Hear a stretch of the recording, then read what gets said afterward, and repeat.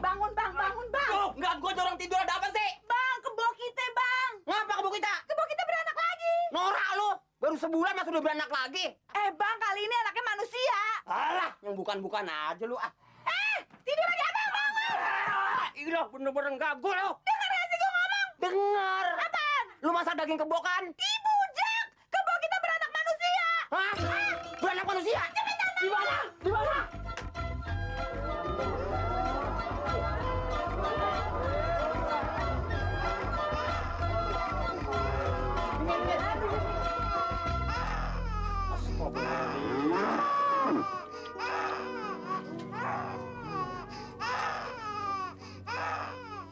Memang dunia sudah kebalik.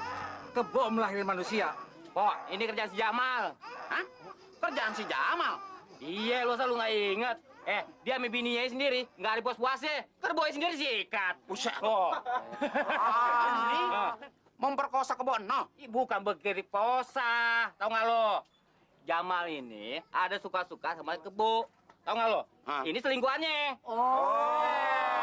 Jadi si Jamal nih kumpul kebo sama kebo no. Nggak lu paham? Hei Jamal, bawa anak kebo lo ke Mau kebonya aja.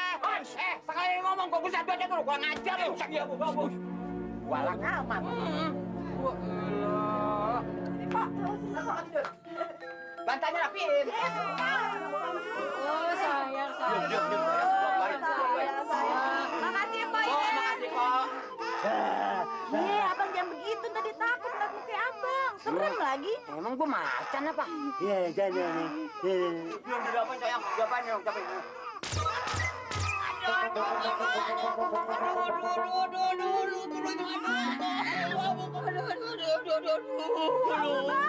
Kenapa jadi bonyok begitu?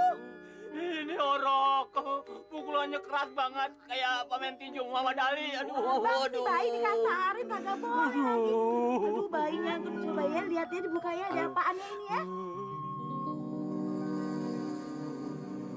Bang. Hah? Cincin, Bang. Iya ya. Petin ini. Kayaknya nih orang udah mulai kelaparan, Bang. Terus? Ya, Abang cari susu. Mau, Bang, di dekat rumah Bang Manaf ada peternakan sapi. Abang cari di sono susu. Aduh, gua malu keluarnya muka gua bonyok begini. Gimana sih lu ah? Ayo, sini. Jangan ke